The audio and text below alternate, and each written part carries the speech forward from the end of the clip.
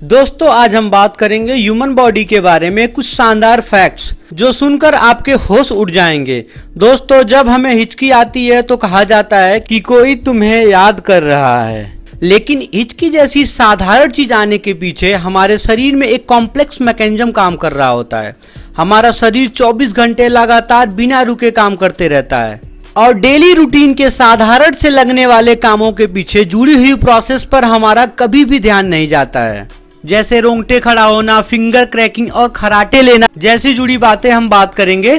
तो दोस्तों आइए जानते हैं कि हमारे शरीर द्वारा किए जाने वाली कुछ ऐसी कॉमन एक्टिविटी के पीछे जुड़े साइंटिफिक फैक्ट के बारे में, तो जिन्हें आप जानने के बाद आप इस वीडियो या इस नॉलेज को ज्यादा से ज्यादा शेयर करें और वीडियो को लास्ट तक जरूर देखें।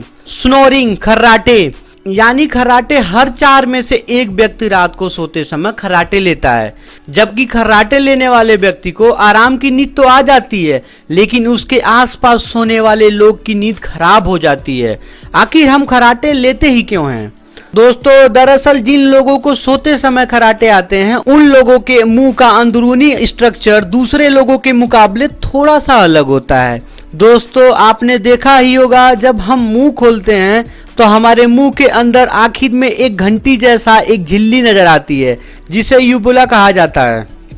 यह वही चीज है जिसके कारण हम सोते समय खर्राटे की जोरदार आवाज निकालते रहते हैं। जिन लोगों को खर्राटे आते हैं उनके मुंह का एब्डल्ट यानी ऊपरी दीवार और यूबुला का आकार आम लोगों के मुकाबले थोड़ा बड़ा होता है।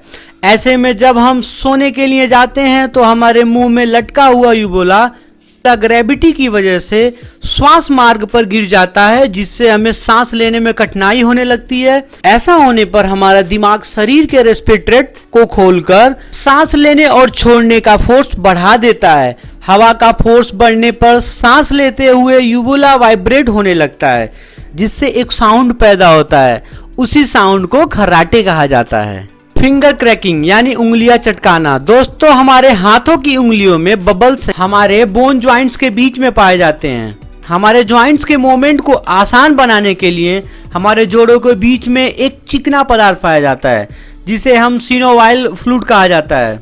इसी सिनोवाइल फ्लूइड के अंदर बहुत ही माइक्रोपीसेस हवा के बबल्स होते हैं जो कि हर 20 मिनट में हमारे जोड़ों के बीच में इकट्ठे होते रहते हैं और हड्डी तथा जोड़ों के खींचने या फोल्ड करने पर फूट जाते हैं, जैसे हड्डियां चटकने की आवाज पैदा होती है। कई लोगों का यह भी मानना है कि उंगलियां चटकाने से जॉइंट पेन और आर्थराइटिस जैसी बीमारी हो जाती है।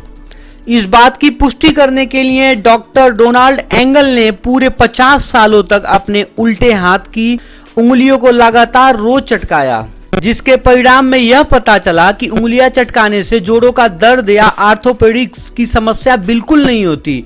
और इस वजह से डॉक्टर डोनाल्ड एंगल को नोबेल पुरस्कार से सम्मानित किया गया।